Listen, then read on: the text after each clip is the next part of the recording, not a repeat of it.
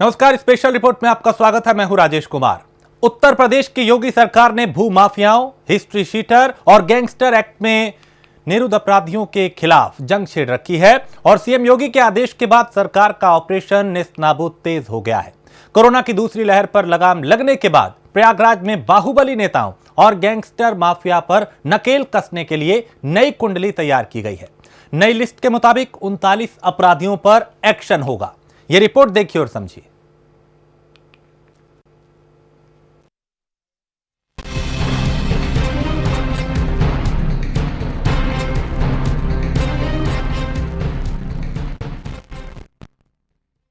उत्तर प्रदेश की योगी आदित्यनाथ सरकार की लगातार कार्रवाई से बाहुबलियों, माफियाओं और अपराधियों में दहशत है।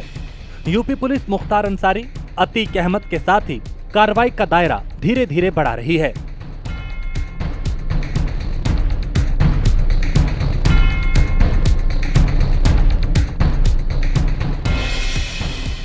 प्रयागराज में अतीक अहमद के जिस आलीशान दफ्तर पर पिछली सरकारों में कार्रवाई करना नामुमकिन था, उसे योगी सरकार ने महज कुछ घंटों में ही तोड़वाकर खंडर जैसा कर दिया।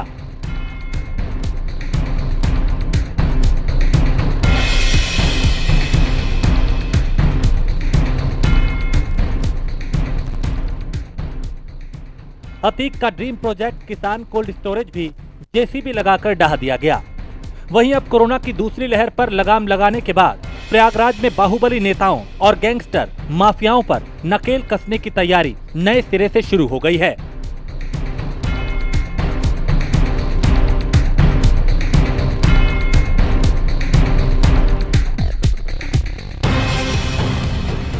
टॉप माफियाओं की सूची में पूर्व सांसद अतीक अहमद, उसके छोटे भाई पूर्व विधायक खालिद अजीम उर्फ मोहम्मद अशरफ, भदोही के ज्ञानपुर से निर्दलीय विधायक विजय मिश्रा, समाजवादी पार्टी के पूर्व ब्लॉक प्रमुख दिलीप मिश्रा शामिल है।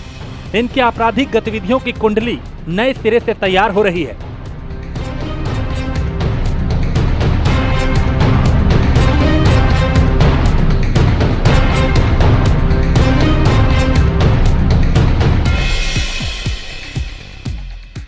प्रयागराज प्रशासन और पुलिस अतीक और अशरफ से जुड़े 22 और मंत्री नंद गोपाल गुप्ता नंदी पर हुए हमले के आरोपी दिलीप मिश्रा से जुड़े 17 लोगों का रिकॉर्ड खंगाल रही है।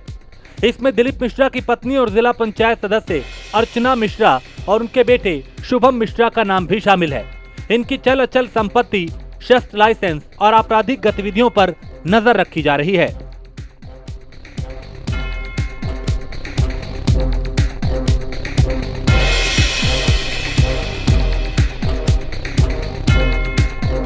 जब से उत्तर प्रदेश में हमारी सरकार बनी है, हमने कुछ चीजों में बहुत ज्यादा काम करके दिखाया।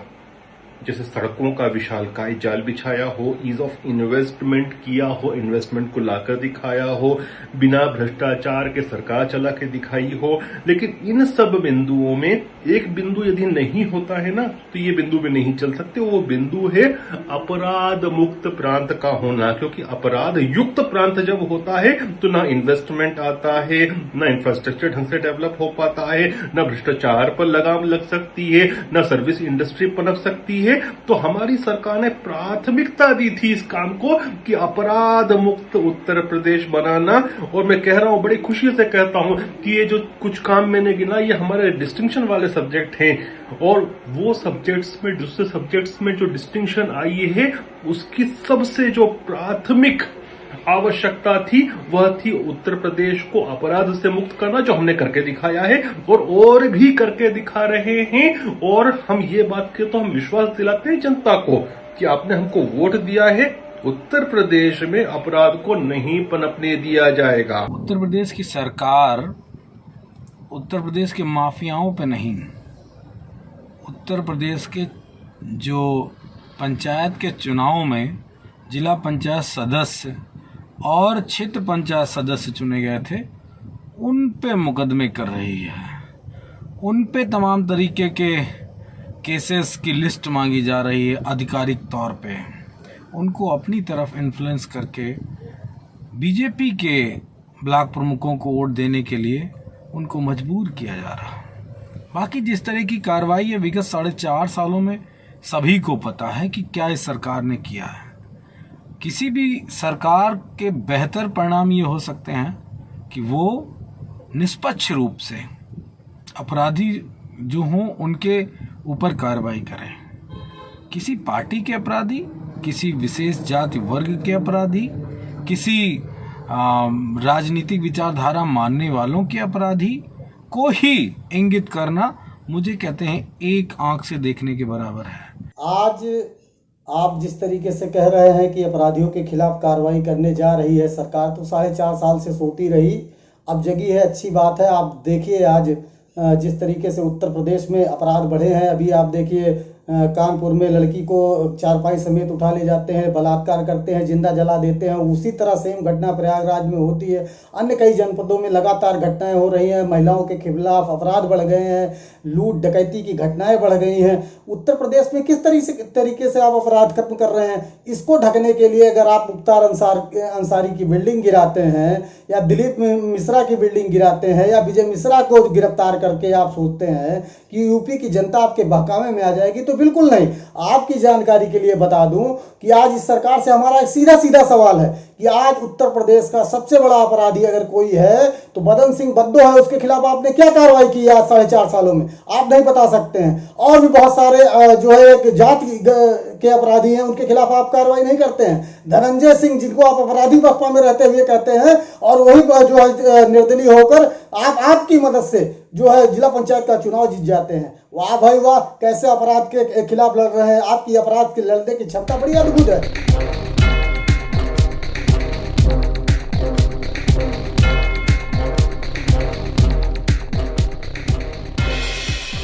पूर्व सांसद माफिया अतीक अहमद और अशरफ की गैंगस्टर एक्ट के तहत 59 अचल संपत्ति पर सरकारी कार्रवाई हो चुकी है।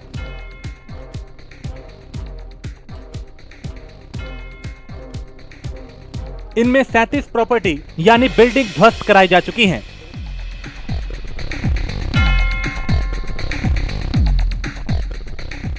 पांच बार के विधायक और एक बार सांसद अतीक पर 1979 से 2019 के बीच 106 मामले दर्ज हैं। इसमें 17 हत्या, 12 गैंगस्टर एक्ट, 8 आर्म्स एक्ट और 4 गुंडा एक्ट के तहत केस दर्ज हैं।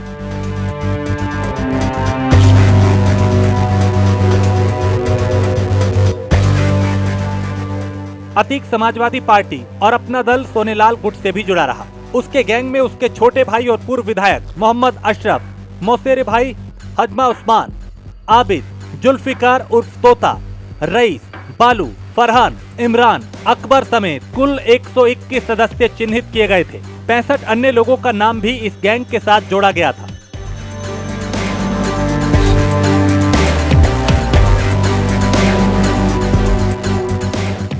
पिछले साल शुरू हुए अभियान में उनमें से 1 दर्जन से ज्यादा सदस्यों के मकान तोड़े गए, जमीनें कुर्क की गई, शस्त्र लाइसेंस निरस्तीकरण की प्रक्रिया शुरू कराई गई।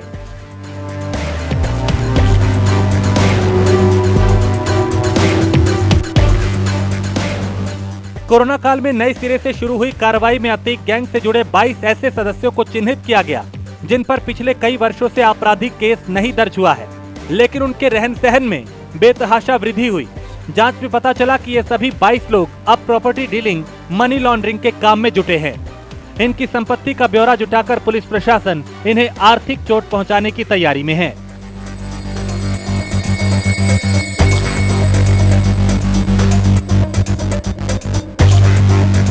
कोरोना काल के बाद जिस तरीके से अतीक गैंग के 22 सदस्यों को, जिनके खिलाफ आपराधिक मुकदमे दर्ज नहीं हुए थे, उनके खिलाफ आपराधिक कार्रवाई करके संदेश देने का प्रयास किया है कि योगी सरकार जिसने जब सत्ता संभाली थी तो उन्होंने कहा था कि अपराधी बख्शे नहीं जाएंगे।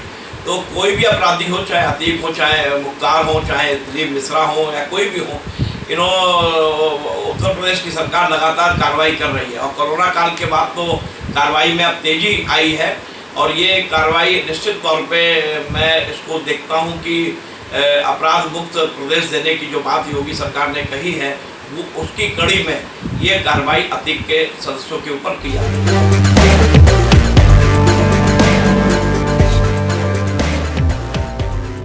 वहीं फतेहगढ़ जेल में बंद माफिया और पूर्व ब्लॉक प्रमुख दिलीप मिश्रा गैंग की नई लिस्ट में 17 लोगों का नाम आ गया है। इस पर 46 आपराधिक मुकदमे दर्ज हैं, जिनमें पिछले साल 4 जून को एक सपा नेता और दूसरे आरएसएस कार्यकर्ता को जान से मारने की सुपारी लेने वाले नीरज सिंह उर्फ अखंड प्रताप सिंह को अपने कॉलेज में संरक्षण देने का केस दर्ज हुआ था।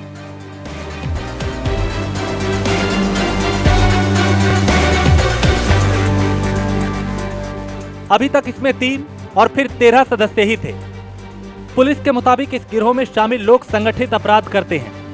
सबके आपराधिक इतिहास हैं। इन सबकी संपत्तियों की जांच कराई जाएगी। इसके अलावा गैंग में शामिल अपराधियों से जुड़े लोगों की भी जांच होगी।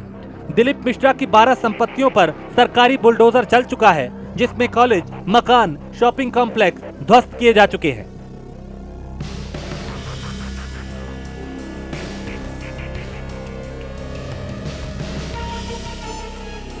प्रमुख दिलीप मिश्रा के लोगों के ऊपर जो कार्रवाई की है संपत्तियों की और बुलडोजर चलाया है, अब उसमें उनके जो है 3 से बढ़कर 17 लोगों के ऊपर कार्रवाई हो गई है और पत्नी और बेटे भी उसमें शामिल किए गए हैं। ये निश्चित तौर पे इसको तो मैं थोड़ा राजनीति से जुड़ा हुआ ये प्रसंग देखता हूँ, क्योंकि ये जो कार्रवाई है ये राजनीति से जुड़ी हुई कार्रवाई है, क्योंकि ब्लॉक प्रमुख के चुनाव भी अभी होने जा रहे हैं और ऐसी स्थिति में ये जो कार्रवाई की जा रही है इसको मैं राजनीति से प्रेरित मानता हूं।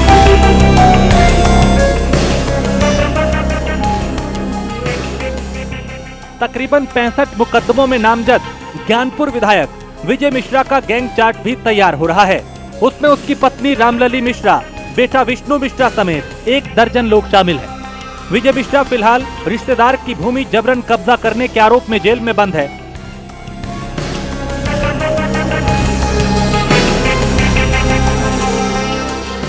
विजय की प्रयागराज के अल्लाहपुर में बनी 3 मंजिला कोठी समेत शॉपिंग कॉम्प्लेक्स समेत आधा दर्जन संपत्ति जमींदोज की जा चुकी है।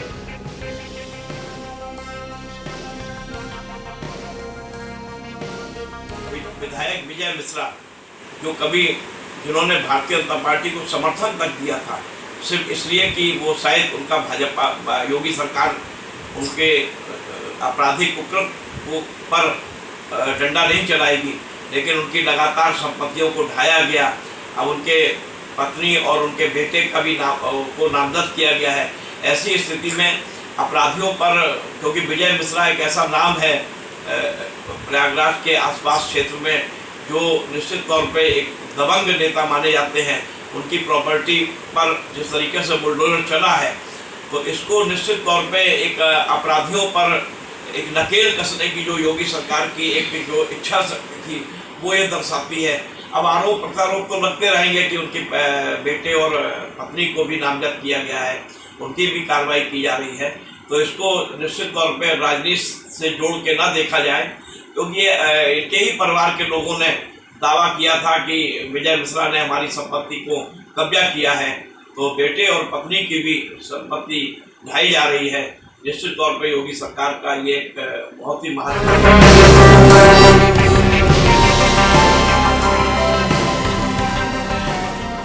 जाहिर है योगी सरकार के सख्त निर्देश पर हो रही कार्रवाई में माफियाओं को अब तक अरबों की आर्थिक चोट पहुंचाई जा चुकी है। माफियाओं और गैंगस्टर में पूर्व सांसद और पूर्व विधायक समेत कई और जनप्रतिनिधि भी शामिल हैं। किसी का अवैध मकान, मॉल, गेस्ट हाउस गिराया गया तो किसी से कब्जे की करोड़ों की जमीन को मुक्त कराया गया। माफियाओं की कमर तोड़ने के लिए कार्रवाई का ये सिलसिला लगातार जारी है।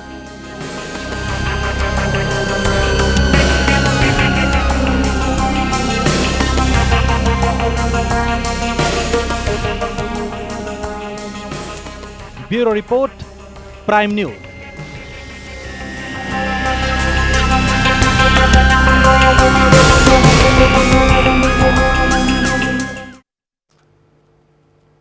तो उत्तर प्रदेश में योगी सरकार सत्ता में आने के बाद से ही माफियाओं पर नकेल कस रही है। राज्य के सभी कुख्यात माफिया जेल में बंद हैं। सरकार ने इन माफियाओं के खिलाफ अपनी कार्रवाई तेज करते हुए उनके संगठित अपराध की कमर तोड़ दी है। माफियाओं के करीबियों और उनके सहयोगियों को भी नहीं बख्शा गया। सरकार ने माफियाओं के खिलाफ कार्रवाई का ब्यौरा भी दिया है। ये रिपोर्ट देखिए और समझिए।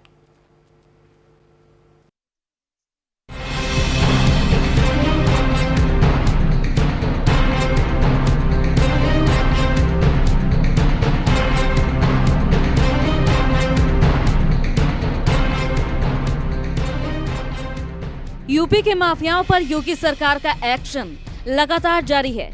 माफियाओं के साम्राज्य को योगी सरकार पूरी तरह से निस्तर नाबूद करने में जुटी है।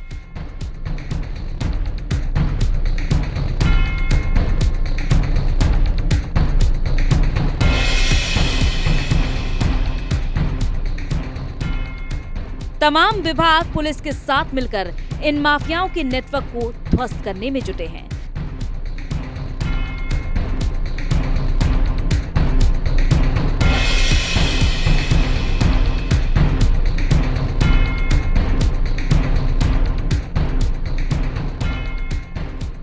सरकार की इस कार्रवाई से यूपी में संगठित अपराध में लिप्त माफियाओं की कमर टूट गई है। योगी सरकार ने प्रदेश भर में माफियाओं के खिलाफ की गई कार्रवाई के आंकड़े भी जारी किए हैं। ये आंकड़े जनवरी 2020 से अप्रैल 2021 तक के हैं।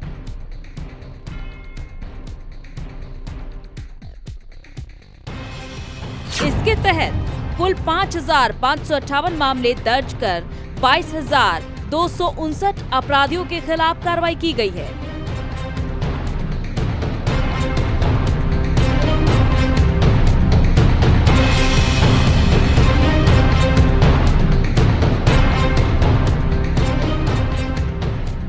सरकार की ओर से सूचीबद्ध 25 माफियाओं के खिलाफ गैंगस्टर एक्ट की कार्रवाई की गई।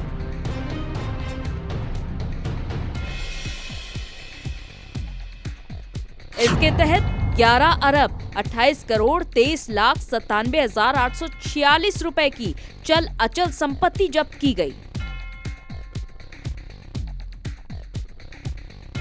माफिया मुख्तार अंसारी पर की गई कार्रवाई का ब्यौरा कुछ इस तरह है।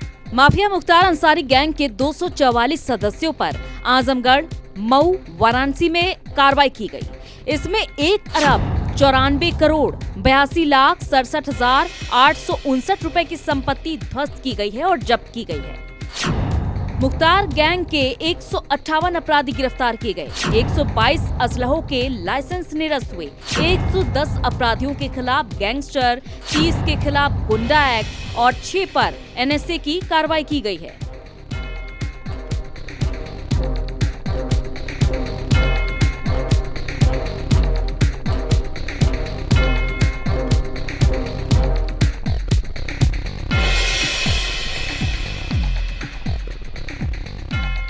अतीक गिरोह के सदस्यों के खिलाफ पुलिस गैंगस्टर एक्ट के मामलों में कार्रवाई में लगी हुई है।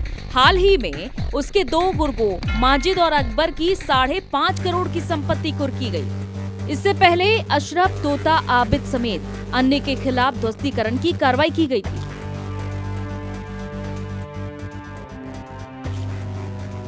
माफिया अतीक अहमद पर हुई कार्रवाई का ब्यौरा। माफिया अतीक अहमद और 89 गुर्गों पर प्रयागराज क्षेत्र में की गई कार्रवाई में अब तक 3 अरब 25 करोड़ 87 लाख की संपत्ति ध्वस्त और जब्त की गई।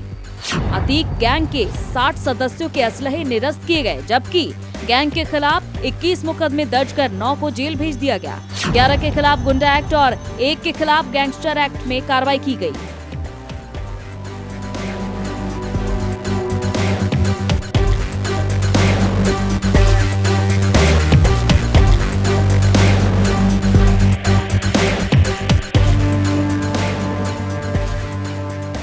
माफिया सुंदर भाटी गैंग के 9 सदस्यों पर कार्रवाई की गई।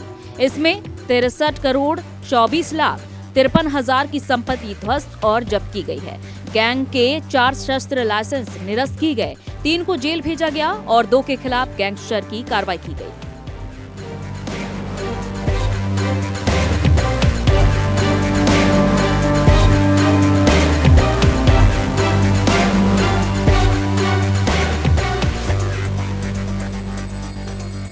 वहीं बलिया जेल में निरुद्ध माफिया ध्रुव कुमार उर्फ कुंटू सिंह पर कार्रवाई का ब्यौरा कुछ इस तरह है। माफिया कुंटू सिंह गैंग के 43 सदस्यों के खिलाफ कार्रवाई हुई। कार्रवाई में 20 मुकदमे दर्ज कर 43 की गिरफ्तारी की गई। वहीं कुंटू गैंग के 4 सदस्यों के खिलाफ गुंडा एक्ट और 24 के खिलाफ गैंगस्टर एक्ट की कार्रवाई की गई। कुंटू सिंह गैंग के खिलाफ 17 करोड़ 91 लाख की संपत्ति ध्वस्त और जब्त की गई।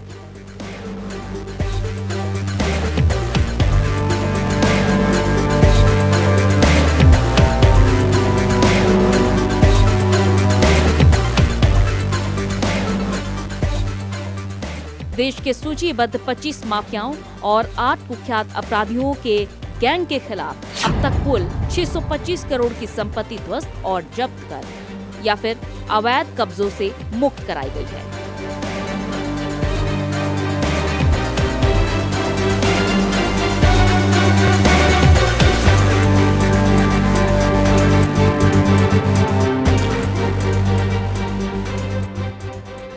इन अपराधियों के खिलाफ की गई कार्रवाई में अब तक 204 शस्त्र लाइसेंस निरस्त किए गए। विभिन्न 515 अपराधी गैंग सदस्यों के खिलाफ 203 मुकदमे दर्ज किए गए। 240 से ज्यादा अपराधियों की गिरफ्तारी और 67 के खिलाफ गुंडा एक्ट और 148 के खिलाफ गैंगस्टर एक्ट के साथ 6 के खिलाफ रासुका की कार्रवाई की गई।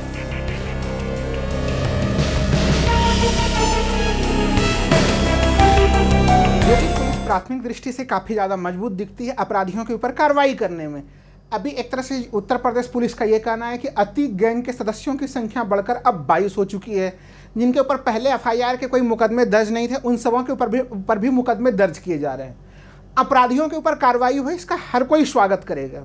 लेकिन जब इस मामले का विश्लेषण करते हैं तो एक पक्ष में तो उत्तर प्रदेश सरकार काफ़ी बेहतर दिखती है, लेकिन वहीं उत्तर प्रदेश सरकार की एक ये आलोचना भी होती है कि क्या वो जब अपराधियों के ऊपर कार्रवाई कर रही है तो वैसे स्थिति में वो केवल क्या अल्पसंख्यक अपराधियों पर ही कार्रवाई कर रही है?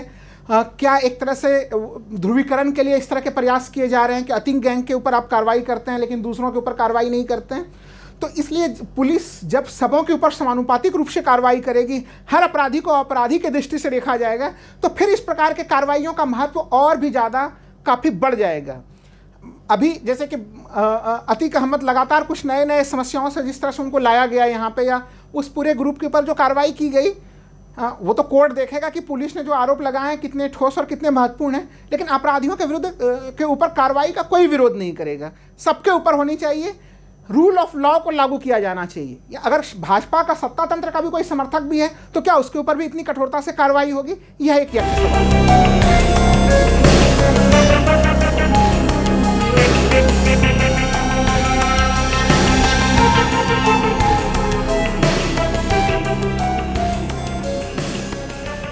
योगी सरकार की प्रभावी पैरवी में माफिया आकाश जाट को 2 मुकदमों में 7 साल 3 साल की अलग अलग सजा हुई है, जबकि इस गैंग के सदस्य अमित उर्फ भूरा को 3 साल और 1 साल की सजा करवाई गई है। जबकि सूचीबद्ध माफियाओं के अलग अलग 8 अन्य कुख्यात अपराधियों के खिलाफ अब तक 40 करोड़ की संपत्ति ध्वस्त या फिर जब्त की गई।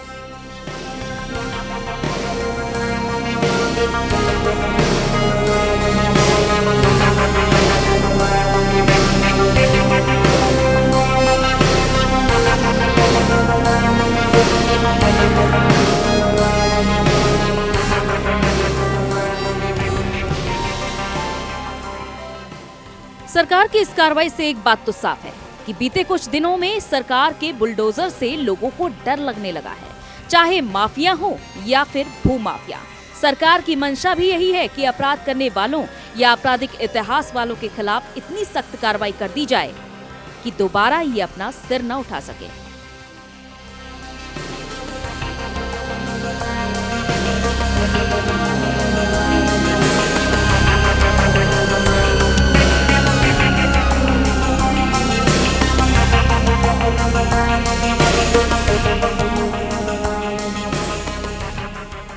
Bureau report, prime news.